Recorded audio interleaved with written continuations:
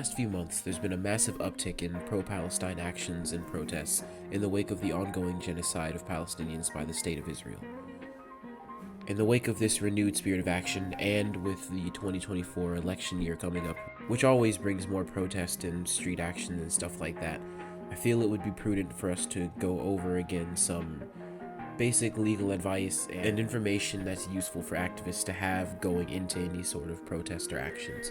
So with that in mind, I was recommended this zine by a few anarchist comrades of mine called If an Agent Knocks. So I'm going to do a read through of this zine. I'm going to also time code every different section in the description of the video so you can go to any particular section you might need to hear. I ask that you watching do your best to share this resource with other comrades and help get this information out there so that all of us can protest and commit to our direct actions in a safe and informed way and do our best to protect ourselves from repression, especially in, a post-Atlanta Forest Movement world where we're seeing the increased targeting of environmental activists and an attempt from the law to fold any sort of resistance, whether that's completely legal on paper or not, as domestic terrorism. So without further ado, let me read you this zine and let's get into it. Since its original release in 1989, If an Agent Knocks has been widely circulated in progressive activist communities across the country. This guide includes both timeless advice from the previous versions and updates to reflect the current state of the law and law enforcement tools. This guide should be seen as a resource for the information needed to protect yourself and other activists from government investigation and to empower you to continue the struggle. We have attempted to provide answers to a broad range of questions for the many scenarios that one can encounter as an activist or as a member of a targeted community. We've also taken into account how important it is for everyone to be aware of our basic rights when encountering law enforcement and expanded the resource to include more information for non-citizens, as in individuals who do not have U.S. citizenship, including tourists, students, and others who are in the U.S. on visas or visa waiver programs, lawful permanent residents, refugees, and undocumented people. However, we note that this publication does not address forms of electronic surveillance that are used by law enforcement today. There are other organizations and resources that provide excellent and in-depth resources for protecting yourself against digital surveillance. Side note from myself, the creator, I will make an effort to put some of those resources in the description. I also have a video on digital security culture that I will also link. While these resources go much more in depth, we encourage you to be wary of all electronic communications and assume that they may be intercepted and can also reveal details about your location, associations, and activities at the time. This publication consistently emphasizes that professional legal advice should be sought in all cases. The Center for Constitutional Rights does not have the capacity to provide individual representation in the range of matters covered by this document. Each state has bar associations that should be able to make attorney referrals, some of whom may provide pro bono services. If there is a chapter of the National Lawyers Guild in your city, they are often able to make referrals to attorneys who are experienced in dealing with the issues outlined in this resource. Some organizations and lawyers can provide these services pro bono or at low rates. If you don't already know, don't be ashamed to reach out to local groups who may be able to point you in the right direction. Note that if an agent knocks, it is helpful to have a lawyer who has some prior experience dealing with this type of situation. We hope individuals and groups use this pamphlet to develop and prepare practical responses if an agent knocks at your door. Why would federal agents contact you? Federal agents may directly or indirectly contact or surveil you for a number of reasons. Often we might assume it is because they have opened an investigation into an individual or organization, but that is not always the case. Agents often use their presence simply as an intimidation tactic to scare people, whether they are involved in organizing or not, from participating in movements for social change. However, any encounter with federal agents should be taken seriously. Federal agents have used everything from door knocks to infiltration to social media surveillance as a way to map and target certain communities, organizations, or people they deem criminal or suspicious. Whatever the reason, agents are usually not going to tell you exactly why they have contacted you, which means your best move is not to engage with them at all.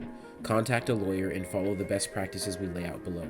Examples of this include the surveillance and mass targeting of Muslims in New York City and New Jersey area after 9/11, black activists and black-led organizing after the murders of Michael Brown and Eric Garner in 2014, and George Floyd in 2020. Organizations in support of Palestinian rights as well as animal rights activists. Law enforcement agencies develop and promulgate frameworks drawing on the often flawed idea of predictive policing, which they then use to justify or validate their surveillance and criminalization of communities of color, as well as those organizing for social change. Whatever the reason, agents are usually not going to tell you exactly why they've contacted you, which means your best move is not to engage with them at all. Contact a lawyer and follow the best practices we lay out below. Best practices: don't talk to agents. This is the most important piece of information in this booklet. You have the right to remain silent, and it is important to do so. The Fifth Amendment of the United States Constitution protects you from being forced to reveal self-incriminating information to law enforcement, and the First Amendment prevents the government from compelling you to speak about your political beliefs and your political religious associations, among other things. This is easier to say than do. Agents are trained investigators. They have learned the power of persuasion and the ability to make a person feel scared, guilty, or impolite for refusing their requests or information. An agent may suggest that any unwillingness to speak with them means you must have something to hide. They may suggest that they only want you to answer a few questions and then they'll leave you alone. The agent may threaten to get a warrant. Don't be intimidated or manipulated by the agent's threats or assurances.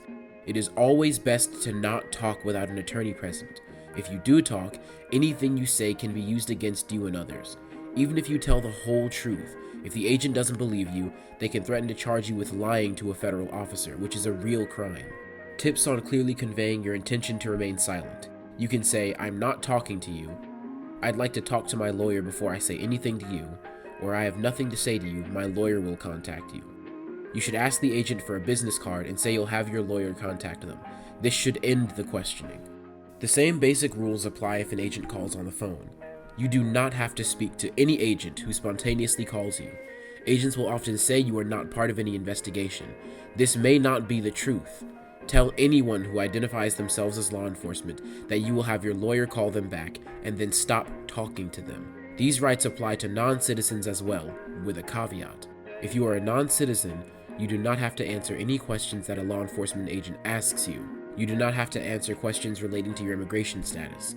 However, if you are a green card holder or have a valid visa, you must have it with you, and you may need to provide documents regarding your immigration status to immigration officers if asked. Do not falsely claim U.S. citizenship or lie about your immigration status.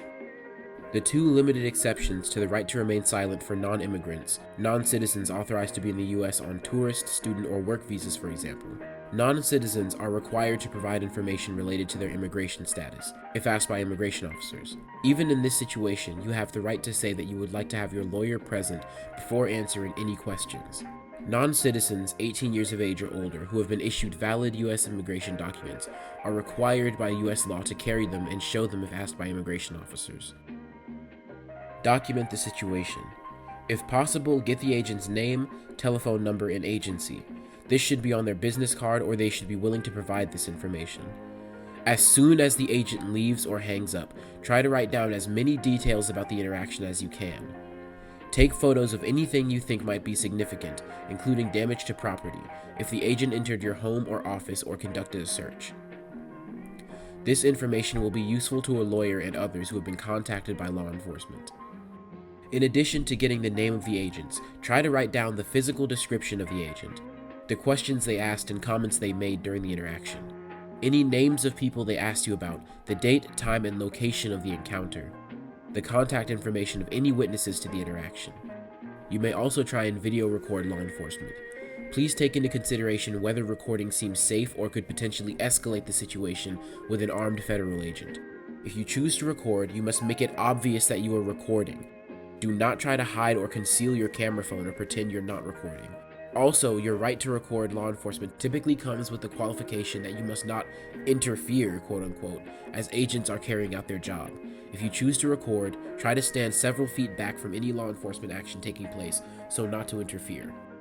Contact a lawyer. Why contact a lawyer? A lawyer can offer advice on how to proceed while protecting your rights. A lawyer can talk to the agent, find out what the investigation is about, or if there even is one, and assess if it's in you or your movement's best interest to answer questions, and if it is, ensure that there are limitations on the subject matter of any questioning. A lawyer can be present to advise and protect you if you are questioned. Often a call from a lawyer is all it takes to get an agent to back off. There are different types of lawyers. We highly recommend talking to lawyers with experience working with social movements who have experience litigating against the government, such as public defenders and civil rights attorneys. If you are not a citizen, we recommend speaking with someone who has experience in immigration law. With the advice of a lawyer, you may consider publicizing the encounter or to inform others who may be affected by the investigation. If activists know that there's an investigation, they can be more vigilant in protecting their rights. Interactions with agents are intimidating and stigmatizing, and often their very purpose is to silence. Thus, exposure, organizing, and public pressure can counter that silencing, limit intimidation, and phishing expeditions. What are the consequences if I talk? A situation may arise where you feel it is advisable to talk to an agent. Even in those circumstances, you should have a lawyer present. A lawyer can make sure your rights are protected while you provide only necessary information relevant to a specific incident. They may be able to help you avoid witness appearances before a grand jury or control the circumstances of the appearance so no one's rights are jeopardized. If you do decide to answer questions, be aware that lying to a government official is a crime. In fact, this is one of the most important reasons not to talk to an agent. A standard federal law enforcement tactic is to discover as much information as possible about a suspect or merely a person of interest to the government. Federal law enforcement agents will then approach that person at an otherwise ordinary time, such as during dinner or at work, and ask the person questions which they already know the answers to. For example, an agent might ask if you know a person whom they know that you know, or might ask if you were at an event which they know you were in attendance. If you instinctively say no, that is a federal felony punishable with 5 to 8 years in prison. The most daunting aspect of this investigative tactic is that many people will instinctively answer no to a question because they're scared or nervous. This tactic is used extensively by federal agents in all types of investigations. It has been used to target and turn activists into informants against their former associates. Lying to a federal officer is a federal offense and only applies to questions asked by federal agents. Be aware, however, that some local and state agents, such as members of a city's Joint Terrorism Task Force, are also considered federal agents. As well, some states have similar crimes regarding lying to a state officer. The safest choice is not to talk to law enforcement. There may also be immigration consequences. For example, agents have been known to question individuals about the basis of their asylum claims outside of the regular immigration interview process, and then use their statements against them at their scheduled interviews. Statements made during law enforcement interactions have been used to deny or stay an individual's immigration petition. Finally, keep in mind that consequences are not limited to the individual level. What you say may also be used against others, often in ways that you cannot foresee. What you think might be harmless information or details may be used to coerce, intimidate, or otherwise make vulnerable members of your group or community. If you start answering questions, you can refuse to continue answering questions at any time. Finally, if you did talk, make sure to document and write down everything you can about the conversation with an agent. Do this as soon as possible so it's fresh in your memory. Tell your people. It is important to have collective, intergenerational conversations about the communal harms of law enforcement questioning campaigns, its history in your particular community, and collective strategies to push back.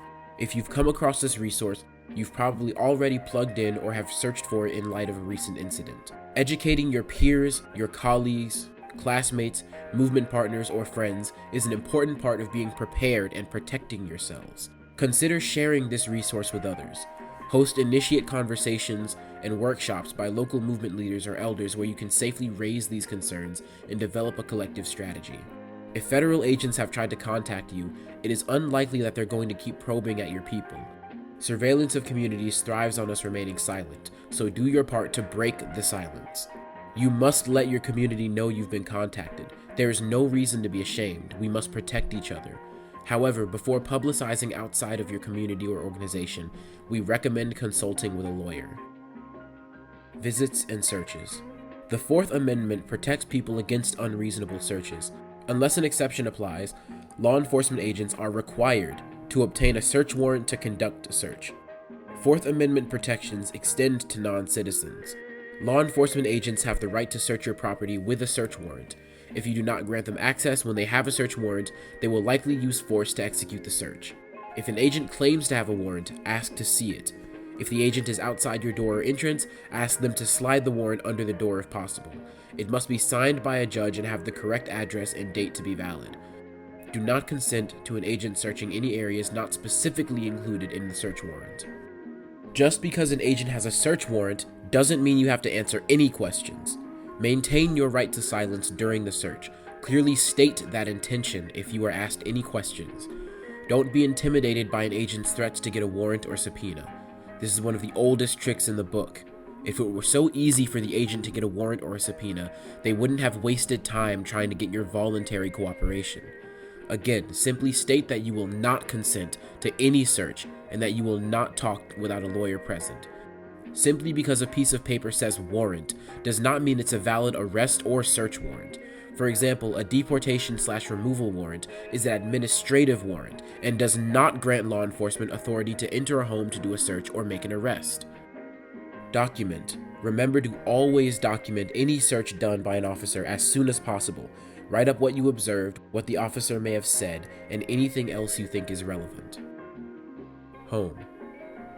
Never allow law enforcement to search your person or property without a warrant. Law enforcement agents are required to have a warrant to search your property except for certain limited circumstances. You are only legally required to allow law enforcement agents into your home, office, or other private space if they have a search warrant. Agents may search your house without a warrant if you allow them to, and they are trained to seek your consent to warrantless searches. Be careful of questions that are designed to elicit your consent to search. These questions may be as innocuous as, "Do you mind if I come in?" Simply allowing an agent into your home may be construed as consent to search the whole place. Legally, the best answer to a request to search is, "I do not consent to a search." Say it loudly and proudly so any witnesses can hear. An important loophole. An agent may try and use an arrest warrant to gain entry, which we discuss below. What if I'm not around and an agent asks my roommate to search my property? A roommate can consent to a search of common shared spaces and to their own space. A roommate cannot consent to a search of another person's private space in a shared house or apartment. In other words, a roommate could consent to a search of your kitchen, living room, or shared bathroom, but not your private bedroom unless you share it with them or it's used as a common space.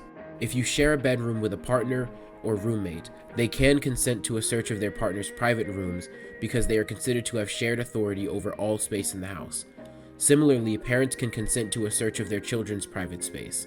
In sum, if you share a bedroom with a roommate or partner, they can consent to a search of that space. To protect against unwanted searches, make sure private space remains private. If you allow roommates to have mutual access or control over your private space, they can consent to a search of that space. Tell roommates, office mates, and anyone with whom you share space to never consent to searches of any space, especially your private space. Offices and community spaces. Federal agents need a search warrant to search your office, just like they do for your home. However, there may be other loopholes that they can use that you should be aware of. If you rent your space in a building owned by another company or individual, it is a good idea to review your lease and see what rights your landlord has to access your space, and whether the lease gives permission to your landlord or the agents to allow police or other government agents access to your spaces for any reason. You can also take proactive steps so that you and your colleagues are aware of any risks. You can put up posters or signs on the doors and hallways within your office or space, letting staff and others know not to let law enforcement enter without showing a warrant. Make sure front desk personnel who might be first to interact with an agent who shows up are trained in what to do and who to contact in case they encounter an agent. Additionally, keep track of who and where all the keys to your office are, and retrieve any keys from people no longer working with your organization, such as previous staff. If your office hosts meetings or gatherings of community members or other non-staff members, it can be good to come up with a system for ensuring that you know who the attendees are, but also that you can maintain confidentiality. For example, if your building has a security protocol that requires signing in, you can consider moving locations if attendees are uncomfortable with a sign-in sheet.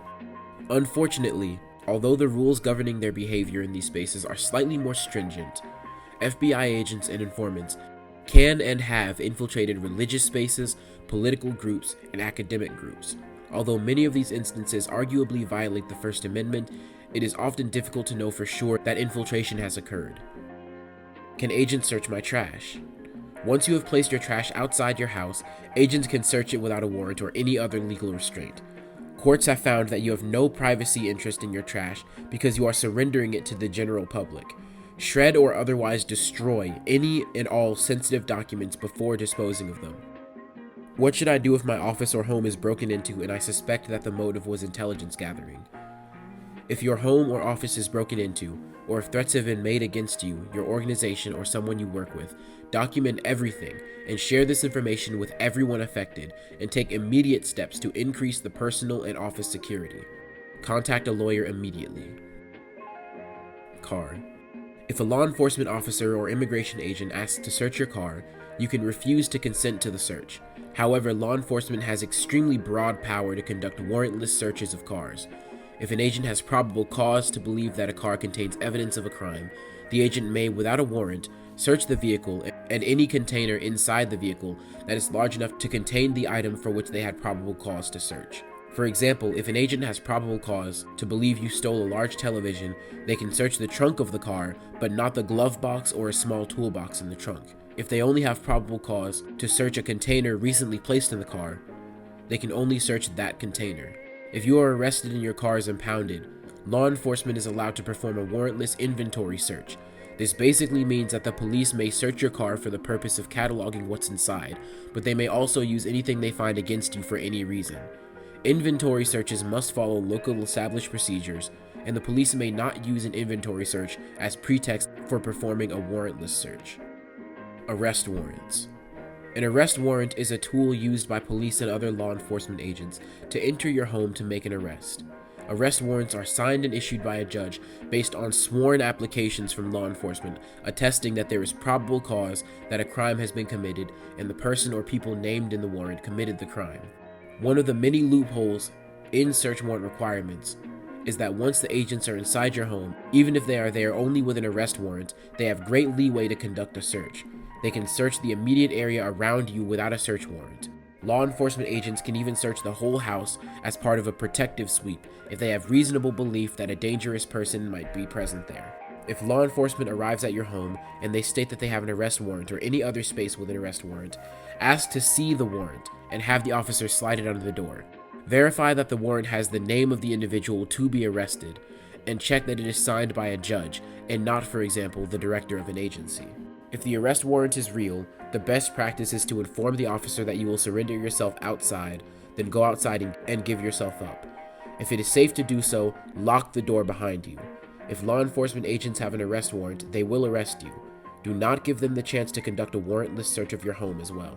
It is additionally important to note that while law enforcement generally needs an arrest warrant to make an arrest in your home, they can, however, make a warrantless arrest in your home if they believe that there is a risk you will destroy evidence, or if they are chasing you in hot pursuit and you duck into you or someone else's home. In summary, it is best not to be at home when you're arrested. ICE ruses. ICE agents also cannot enter your home without a warrant signed by a judge or your permission. However, official ICE policy allows ICE agents to use ruses to attempt to gain access to your home or office. The Immigrant Defense Project has excellent materials available on their website about your rights if you encounter ICE agents, and we encourage you to review and download them. In regards to ruses, IDP warns that ICE agents are allowed and encouraged to use ruses. ICE agents use ruses to gain entry into homes without judicial warrants or to obtain information about the individual for whom they are looking. One common ruse is where ICE agents pretend to be local law enforcement in order to hide the fact that they are ICE. Constitutional protections are weakened, although not totally diminished, at the border. The Fourth Amendment requirements of probable cause and reasonable suspicion do not apply to searches at the border. However, stops, searches, and detentions or removals cannot be based on race, religion, national origin, sex, or ethnicity. Border officials, who may include TSA, customs agents, Customs and Border Protection officers, and immigration officers, are allowed to stop, detain, and search any person or item, even if your bags pass an initial screen. Officials can conduct a further in-depth search of your bags. Generally, border officials can search your laptop and other electronic devices and copy data stored on those devices. They can ask for access to your social media profiles, but whether you're legally required to share this information is unclear. If you decline to hand over your password, the implications can be different for you based on your immigration status. For more information on electronic services and what to do, we strongly suggest reviewing EFF's excellent guide. If you are a foreign national perceived as being non-cooperative, you can be denied entry to the U.S. Green card holders cannot be denied entry or stripped of their lawful permanent resident status without a hearing before an immigration judge. U.S. citizens cannot be denied entry but might be delayed. Border officials can question you about your immigration status, travel itinerary, items you are bringing with you, and generally anything that relates to your admissibility into the U.S. If you are selected for any secondary inspection, which entails a longer interview, note that you do not have to answer any questions beyond those that pertain to identifying yourself and the safety of the border, and you have the right to an attorney if you are a U.S. citizen. Non-citizens do not have the right to an attorney present during the questioning at the border, unless the questionings relate to anything other than immigration status, such as, for example, political or religious beliefs.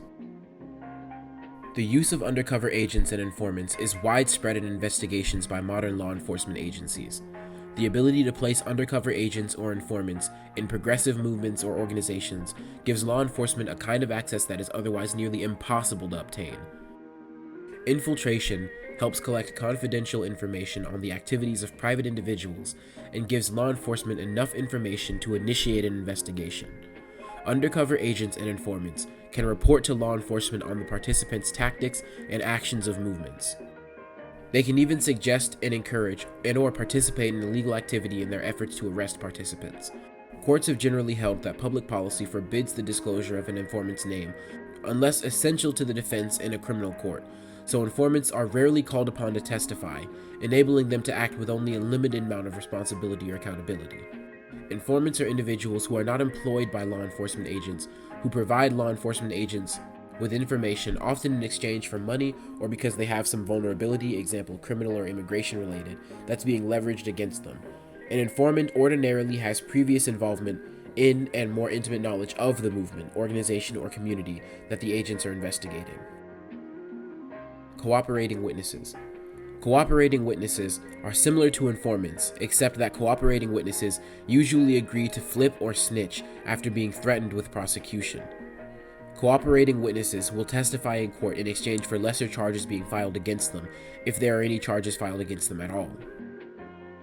Undercover agents. An undercover agent is a law enforcement officer who uses an assumed name or fake identity to infiltrate a movement, event, or organization to gather information or evidence. In political infiltration cases, an agent will typically pose as a sympathizer to a particular organization, gain the trust of its key members, and then use this access to gather confidential information to pass on to the investigative agency. A secondary objective may be to lay the groundwork for a separate investigation. Undercover agents typically concoct a cover story as detailed as the assignment requires, as well as basic biography and plausible story covering past and present activities. Are there limits on what undercover agents and informants can do? No specific law governs or limits law enforcement's use of undercover agents or informants, and there are no restraints on what types of crimes infiltration can be used to investigate. Unlike other countries, the use of covert practices do not require a warrant, so law enforcement officers don't need to show that the use of an undercover agent or informant is necessary for a particular investigation. The FBI's use of undercover agents and informants is governed only by loose internal guidelines established after the U.S. congressional findings in the final report of the Select Committee to Study Government Operations with Respect to Intelligence Activities. The report exposed details about the FBI's now infamous counterintelligence program, COINTELPRO, an operation between 1956 and 1971, which targeted activists and organizations including Dr. Martin Luther King Jr. and the Black Panther Party. In response to the report, the U.S. Attorney General enacted internal guidelines for covert FBI operations that regulated both undercover agents and informants. While these guidelines were initially strong, they have been progressively weakened by subsequent administrations. The current guidelines permit many of the invasive law enforcement practices they were originally designed to prevent. Moreover, the guidelines are not enforceable in court, so they only offer limited protections from infiltration and surveillance. In other words, if an agent gathers evidence in violation of FBI regulations, the evidence might still be used in court. What is entrapment? The strongest restraint on undercover agents and informants is the requirement to avoid entrapment. Entrapment occurs when an agent or informant plants the idea to commit an offense in the mind of an individual who would otherwise not have been disposed to commit such an offense, and then encourages that individual to commit the offense in order to prosecute them. Courts view entrapment very narrowly and tend to give a wide latitude to undercover agents or informants who suggest or encourage illegal activity. While exceptions to the entrapment defense vary from state to state, it is generally not an effective defense if the undercover agent merely suggested the commission of a crime. In many states, entrapment is not a viable defense if a jury believes someone was predisposed to commit the crime. In other states, entrapment is not a defense at all when the crime involves causing or threatening bodily harm. For these reasons, one cannot rely on the availability of an entrapment defense. What are the constitutional limits to an agent's power to infiltrate? Undercover agents or informants are generally allowed to attend public meetings, including those that take place in houses of worship. Courts have sometimes found First Amendment violations when it is determined that enforcement agents interfered with the group's ability to exercise the right to freedom of speech and association. Similarly, courts have found law enforcement in violation of the First Amendment when it gathers and publicly releases information on an activist or organization. Courts have not found First Amendment violations when the law enforcement agents merely create an uncomfortable atmosphere at public meetings. Courts have routinely found that the covert recording of conversations by undercover agents and informants does not violate the Fourth Amendment, which protects against unreasonable searches and seizures. Courts have also found that the covert recording of conversations by undercover agents and informants does not violate the Fifth Amendment protection against self-incrimination. Similarly, if you unknowingly invite an undercover agent into your home or other private space, courts consider it consent to search by that agent. If the undercover agent sees probable cause of a crime, the agent can then summon other law enforcement agents to join them in the search based on so-called consent granted to the undercover agent. Some courts have even applied the same reasoning for situations in which targets unknowingly invite an informant to enter a home. How can I identify infiltration? There is no way to be certain about infiltration, which is part of why infiltration is so harmful to movement building. Suspicion of infiltration severs trust, disrupts organizing, and can be very stressful. It must be navigated with caution. Law enforcement agencies have historically infiltrated political movements, but they have also engaged in the practice of disseminating false accusations against effective activists. Movement organizers have, over the years, identified some characteristics of undercover agents or infiltrators. For instance, they may not have a backstory that makes sense, including sudden, deeply held political or religious beliefs that do not reflect the common trajectory of everyone else in the movement. They may quickly volunteer for tasks that provide access to your group's important meetings and papers, such as financial records, membership lists, minutes, and confidential files. In some contexts, undercover agents and informants have encouraged or urged the use of violence or illegal tactics and accuse others who resist those tactics as being cowards or otherwise sow discord that distracts from the movement's goals. An undercover agent or informant may also have no obvious source of income over a period of time, or have more money available to them than their job should pay. Just because a person fits these characteristics does not mean they're an undercover agent or an informant. Use lots of caution and do not publicly accuse someone of being an agent or informant unless you've gathered substantial evidence against them. If somebody bothers you, distance yourself from them. If you think they might be making others vulnerable, consider raising your concerns with trusted leadership or other activists. You can try to obtain information on a suspected agent or informant's background. Check with organizations in areas that the suspected agent lived in the past to see if anyone can vouch for them. See what you can turn up on the internet or social media. Public records such as credit reports, voter registration, and mortgages contain a wealth of information, including past and present addresses. If they are available, you might want to check listings of local police academy graduates. But remember that the suspected person may not be using his, her, or their real name. What precautions can I take to protect my organization? Document. Maintain a file of all suspected or confirmed experiences of surveillance and disruption, including the date, place, and time, those present, a complete description of everything that happened, and any comments explaining the context of the experience, and a description of the impact the event had on the individual or the organization. Discuss. The chilling effect of surveillance thrives in silence. Hold a meeting to discuss spying and harassment. This can help determine if any of your members have experienced any harassment or noticed any surveillance activities that may appear to be directed at the organization's activities. Review past suspicious activities or difficulties in your group. and try to determine if one or several people have been involved in these events. Depending on the context as well as the available resources in your area, consider bringing in outside facilitators, movement lawyers, or trusted elders and movement leaders. Seek information. You may try to file Freedom of Information Act requests for your organization from agencies such as the FBI, Department of Homeland Security, or other federal agencies. File similar requests with local and state law enforcement agencies, utilizing your state's Freedom of Information laws. For more information on making FOIA and open records requests, check out CCR's FOIA Basics for Activists Guide. Most importantly, do not allow fears about infiltration to paralyze your movement or organization. This chilling effect can be just as destructive as infiltration itself. Court tools used against activists. Subpoenas. A subpoena is an order issued by the government authority that demands someone turn over physical evidence such as documents or that person testify in court. Subpoenas are extremely easy to obtain. They are often filed by a government employee, a court clerk, and even private attorneys. A subpoena does not need to be presented to a judge before it's issued. The showing required to issue a subpoena is extremely low. A subpoena may be issued if there is any reasonable possibility that the physical evidence or testimony demanded will provide information relevant to the subject being investigated.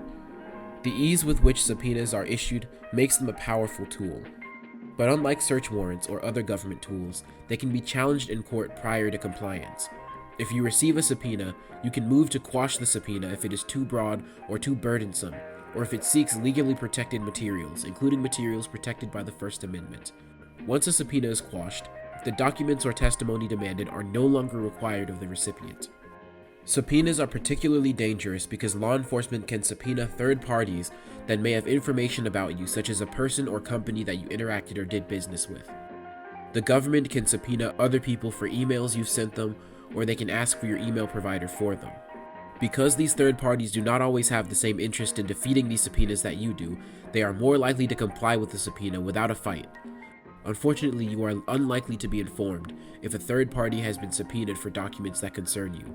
For more information, see EFF's Surveillance Self-Defense Guide. If you receive a subpoena, you should seek to quash the subpoena before the date of compliance specified on the subpoena itself. But even subpoenas state that they require immediate compliance and cannot be enforced without a judge. If someone shows up at your door and tries to serve you with a subpoena, just take it. Don't let the person in, don't answer any questions, and don't consent to a search. A subpoena does not give an agent the right to take any immediate action. If you receive a subpoena, immediately contact a lawyer for advice. A lawyer can also potentially quash the subpoena. In the unlikely event that you are informed that a third party, such as a landlord, bank, or internet platform, has been subpoenaed for records about you, you can also move to quash that subpoena. It does not matter if a subpoena wasn't issued directly to you. What are grand juries and what threats do they pose to activists? A grand jury is a panel of citizens brought together to investigate crimes and issue indictments. In the original conception, grand juries were intended to be radically democratic. In their original formation, any citizen could bring an allegation of wrongdoing to the original grand jury, and the grand jury could indict on a majority vote. Modern-day grand juries are very different. Today, all federal criminal cases are brought to a federal grand jury by a prosecutor. The prosecutor picks the witnesses and asks the questions. The prosecutor drafts the charges and reads them to the grand jury. Witnesses are not allowed to have a lawyer present. There is no judge present, and there is no requirement that the grand jury members be instructed on the law at issue. And unlike in other juries, grand jury members are not screened for bias. Since the prosecutor solely orchestrates the proceedings, it is no surprise that grand juries almost always serve as a rubber stamp for prosecution. In the rare event that a grand jury does not indict, the prosecutor can simply impanel a different grand jury and seek an indictment before a new grand jury. In political cases, federal grand juries have been used to execute fishing expeditions against activists. Prosecutors will bring in an activist eyewitness and attempt to get them to snitch on another activist with threats of jail time for civil contempt if they refuse to cooperate with the grand jury. It is critical to understand how a grand jury works, what your rights are, and what rights you cannot exercise, and how to resist a grand jury. Many rights we take for granted do not exist for grand jury witnesses. Grand jury witnesses have no right to be represented by an attorney and no right to a jury trial if they are threatened with jail. Grand jury witnesses do retain the right against self-incrimination, but can still be forced to snitch on themselves and others in exchange for immunity from prosecution and punishment. Immunity only protects witnesses. Others can still be prosecuted. Grand jury proceedings are secret. The activist community often does not know when a grand jury investigation is being pursued. As a result, many activists believe in publicizing the fact that they have received a subpoena. This may be an effective tactic to explore with your attorney if you receive a subpoena. What should I do if someone shows up with a grand jury subpoena? Grand juries get information from people by issuing subpoenas. A grand jury subpoena is an order to testify before a grand jury or provide the grand jury with certain information. Grand juries issue two different types of subpoenas: subpoenas for testimony and subpoenas for information. Sometimes both types will be issued to one person. We recommend consulting an attorney immediately if you receive either type of grand jury subpoena. Grand jury subpoenas are served by law enforcement agents, usually police officers or federal marshals. A grand jury subpoena must be personally served to you, meaning it must be handed to you. If you refuse to accept it, it must be placed near you. If an agent shows up and tries to serve you with a subpoena, take it and do not do anything else. Don't answer questions, do not consent to a search, and do not invite them into your home for any reason. A grand jury subpoena does not give an agent the right to search a home, office, car, or anywhere else, nor does it require you to relinquish any documents or say anything at that time. A grand jury subpoena only requires you to do something on the future date stated on the subpoena. Once you have received a grand jury subpoena, you typically have three options. 1, you can comply with the subpoena. 2, you can move to quash the subpoena. Or 3, you can refuse to comply. Complying with a subpoena is pretty straightforward. However, grand jury subpoenas have hard to understand Latin names. For a subpoena ad testificandum, you arrive at the date, time, and location stated on the subpoena and answer the prosecutor's questions. For a subpoena ducis tecum, you arrive on the date, time, and location stated on the subpoena with the documents or other evidence required. If you comply with a subpoena, you avoid the possibility of being punished for ignoring it. However, complying with a subpoena may get you into a different type of trouble. For example, if you are the target of an investigation, complying with a subpoena may provide the government with information it might need to charge and convict you. You might also place another activist in jeopardy by complying with a subpoena. Challenging a subpoena in court by a motion to quash the subpoena. Quashing a subpoena means that a court declares it null and void. A court will only grant a motion to quash if there is sufficient legal basis, such as misidentification or lack of jurisdiction. Even if you cannot successfully quash a subpoena, litigating a motion to quash in court can buy you time. Time is important, especially if you do not plan to cooperate with the grand jury, because non-cooperation can land you in jail.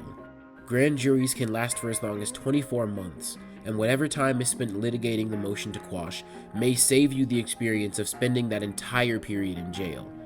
An experienced movement lawyer should be able to provide advice on whether moving to quash the subpoena is a good idea or not in your particular circumstances. Refusing to comply with a grand jury subpoena. There are two ways to do this: refuse to show up or refuse to answer any of the prosecutor's questions. If you simply refuse to show up for your testimony, you may be in contempt and the government can choose to arrest you and jail you until you testify or until the grand jury expires. If your testimony is not particularly important to the prosecutor, they may choose to not take action. If you appear to testify, you will not be allowed to have an attorney present. You can, however, have an attorney just outside the grand jury room, and you can usually consult with them after every question. Because you retain your Fifth Amendment right against self-incrimination, you can refuse to answer the prosecutor's questions by saying, "I invoke my Fifth Amendment privilege against self-incrimination," after every question. At this point, the prosecutor may simply dismiss you, or they may seek to grant you immunity. Immunity prevents the eyewitness from having criminal charges brought on the basis of the grand jury testimony. A judge must approve of a grant of immunity. A prosecutor can get a judge to pre-approve a grant of immunity. Otherwise, a witness is brought before a judge who, upon the prosecutor's request, virtually always grants immunity. If you continue to refuse to answer questions after being granted immunity, the prosecutor can bring you before a judge and the judge will order you to testify. If you continue to refuse, the judge can have you jailed for civil contempt. Witnesses who refuse to provide physical exemplars, i.e. examples of handwriting, hair, appearance in a lineup, or documents, upon the request of a grand jury, may also be jailed for civil contempt. While civil contempt is not a crime, it can result in the witness being jailed for the duration of the grand jury. Grand juries can last up to 18 months, although some special grand juries can obtain up to 3 extensions of 6-month periods each. The purpose of incarcerating a recalcitrant witness is to coerce them to testify. Judges will sometimes free witnesses before the expiration of the jury if it is clear that there is no chance the witness will testify. If you are jailed, you can periodically file a motion stating that jail will not coerce you into testifying. Or 2, your confinement is merely punitive and therefore unconstitutional. If you win one of these motions, you will be released. Some activists create files to prepare for being called before a grand jury. A file that memorializes your stalwart belief against cooperating with the grand jury proceedings can be used as evidence that civil contempt will not work to coerce you and therefore help you win release. There may be special risks involved for non-US citizens refusing to comply with a subpoena. You should consult with your attorney before engaging in non-compliance. What happens after a grand jury? What takes place in grand jury proceedings is secret. The government relies on this secrecy to create fear in activist communities. Some activists have successfully dispelled that fear and distrust in activist communities by publishing the questions asked of them by the prosecutor and the answers they provided. If you are considering taking action in this way, you must talk with an attorney to ensure you are not creating more problems than you are solving. Special considerations for non-citizens. Non-citizens are individuals who do not have U.S. citizenship, including tourists, students, and others who are in the U.S. on visas or visa waiver programs, lawful permanent residents, refugees, and those without legal immigration status. Non-citizens in the U.S. enjoy most of the same constitutional rights as citizens. However, how that plays out in practice can sometimes be different. Non-citizens engaging in political activism should be aware of several special considerations. Non-citizens should not, however, entirely avoid political activism based on an unreasonable fear of government repression. Many political or community formations recognize that their non-citizen members are more vulnerable and implement protocols and principles to ensure the minimization of their exposure. Speech and political affiliations. In most cases, the government treats speech by non-citizens in the U.S. the same way it treats speech by citizens. Non-citizens cannot be criminally punished for speech that would be protected if uttered by a citizen. Similarly, non-citizens cannot be sued for speech that would be protected if said by a citizen. The government does, however, have broad powers to withhold immigration benefits, such as discretionary relief or naturalization, and may potentially even initiate removal proceedings based on a non-citizen's speech, including their social media postings. Practically speaking, it is extremely rare for the government to remove someone based purely on speech or association, and it can be challenged, especially in egregious situations. The government, however, is allowed to selectively enforce immigration laws. For instance, the government can remove non-citizens for violations of immigration law, such as overstaying a visa or working without authorization, even if the government's motivation in initiating removal proceedings is a non-citizen's speech or political association. The government could also potentially deny a visa or entry based on their speech or association, and has searched social media handles at borders. We also know that the FBI and other federal agencies often use pending immigration applications as a reason to question people about their affiliations, political or religious activism, or even try to coerce them into becoming informants. They have threatened to place individuals' petitions on hold. Individuals who have concern should contact a lawyer. Finally, applicants for permanent residence and naturalization are asked to list the organizations with which they have worked, been members of, or otherwise affiliated with. Politically active non-citizens are advised to consult an immigration lawyer before applying for a change in status because some associations may cause problems in your application process. Searches and seizures. Non-citizens in the U.S. largely enjoy the same Fourth Amendment protections against unreasonable searches and seizures that citizens do. Law enforcement must get a warrant to perform any search on a non-citizen or a non-citizen's property, just as they must get one to perform a search on a citizen. Evidence obtained in violation of the Fourth Amendment is excluded from a non-citizen's criminal trial in the same way it is for citizens. Unfortunately, the use of evidence obtained in violation of the Fourth Amendment is generally permissible in immigration proceedings. This means that the government can use illegally obtained evidence that cannot be used in criminal proceedings for immigration proceedings. It is possible that evidence obtained through especially egregious violations of the Fourth Amendment or through other constitutional violations, for example, blatant racial profiling, may be excluded in immigration proceedings. Also, the government can generally search and seize any person, package, or vehicle traveling across the border or at an airport. Non-citizens in the US generally have the same right to remain silent that citizens do. If questioned by law enforcement agents, you can remain silent and refuse to answer their questions, even if they detain you temporarily or arrest you. You can simply say nothing, or say something like, "I'd like to talk to my lawyer before I say anything to you." Do not sign anything without reading and fully understanding the consequences of signing it. The exception to this rule is if an immigration officer asks a non-citizen to provide information related to their immigration status. However, even in this situation, you can still state that you would like a lawyer present before you answer any questions. The law also requires adult non-citizens with valid immigration documents to carry these documents at all times. If an agent asks you for your documents and you refuse to provide them, you can be charged with a misdemeanor. Never show fake immigration papers or claim that you are a US citizen if you are not. Instead, you should remain silent or say that you would like to talk to a lawyer. Lying to a federal agent is much more serious of a crime than the misdemeanor of failing to produce documents. It is better not to produce anything than to produce false documents. Also, falsely claiming to be a US citizen may bar you from obtaining lawful status or citizenship in the future. Conclusion. As noted before, the information presented in this booklet is a primer on your basic rights. This guide is meant to help you prepare yourself and your organization and your fellow activists to be fully informed and protected in the event that an agent knocks at your door. And remember, different states have different laws. It is a good idea to learn the laws of your state and to have access to a lawyer who is familiar with them.